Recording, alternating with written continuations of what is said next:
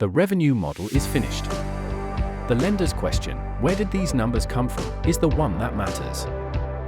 Start with the distribution. A price duration curve built directly from exchange data for the relevant bidding zone. Every percentile traceable to the underlying exchange print, the kind of provenance a credit committee will ask for, sourced before they do. The generation case. ERA5-calibrated, probabilistic, built on the same MET data the industry uses for wind and solar resource assessment. P10, P50, P90, not optimistic assumptions, but modeled outcomes with documented methodology. Context matters. Europe is targeting a step change in storage capacity by 2030. In markets where the pipeline remains thin relative to the target, that means lower cannibalization risk on ancillary service revenues, a structural argument. In markets where the connection queue has already overtaken the target gap, it means something different. Almena shows you both.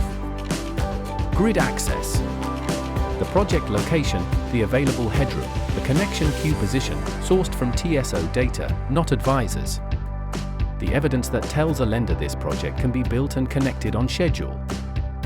And with Spain's capacity market framework now in advanced preparation, derating methodology approaching publication, pay-as-bid structure confirmed, the most bankable line in the revenue stack is getting closer to being a number, not a range.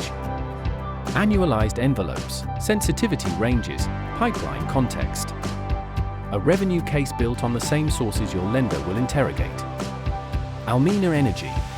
Decision-making grade intelligence for European energy investment.